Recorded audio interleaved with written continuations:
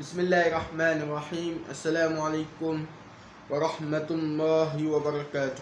Allahumma salli ala sayyidina Muhammad. Berumur 2 hingga 6 tahun, 500 pada tahun 576 Masihi.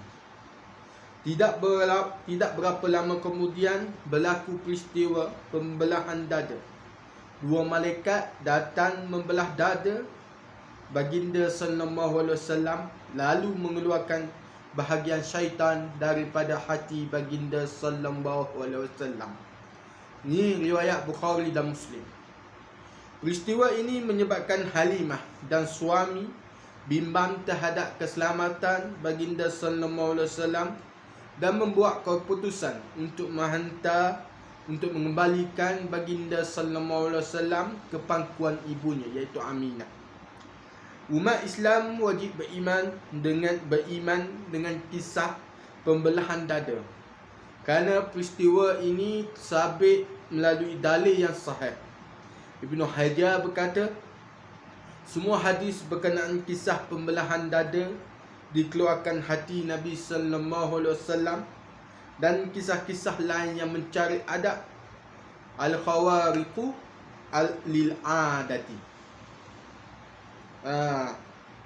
termasuk dalam perkara yang wajib diterima tanpa ditakwilkan, kerana Allah Subhanahu taala mampu melakukannya. Tidak ada yang mustahil padanya.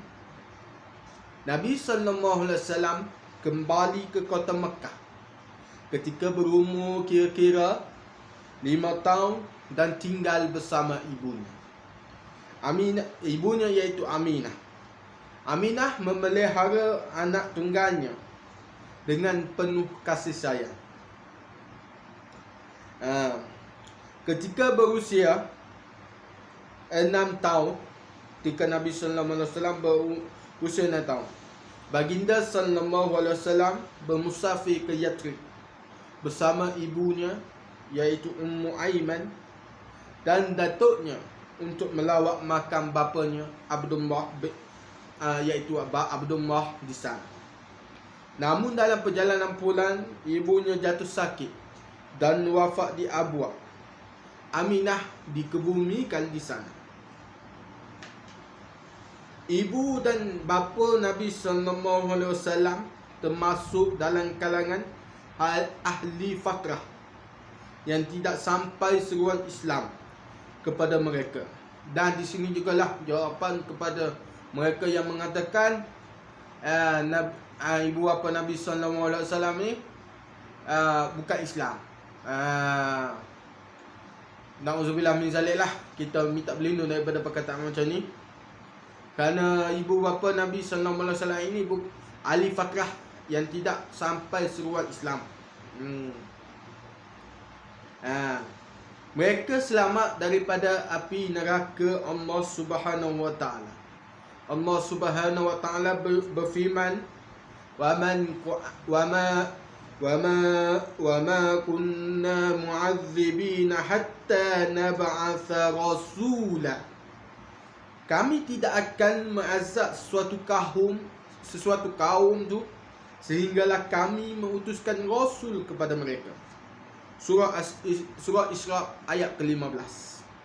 Abdul Muttalib mengambil alih tugas menjaganya dan memelihara cucu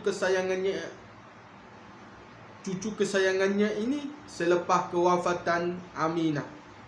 Abdul Muttalib dapat merasakan kesedihan dan keperitan yang ditanggung oleh cucunya, kerana dia juga pernah melalui kehidupan yatim semasa kecil di Yathrib suatu ketika dahulu. Abdul Muttalib pun pernah melalui kehidupan menjadi seorang yatim pada ketika dahulu. Ummu Aiman ini iaitu Aminah lah, ibu Nabi sallallahu alaihi wasallam ni, yang berasal dari Yaman, datang ke Mekah bersama tentera Abrahah, telah membantu Abdul Muttalib memelihara dan menjaga Nabi sallallahu alaihi wasallam.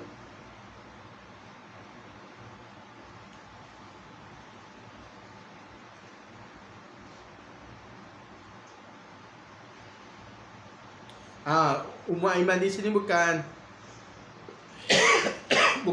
Ami, bukan apa ni?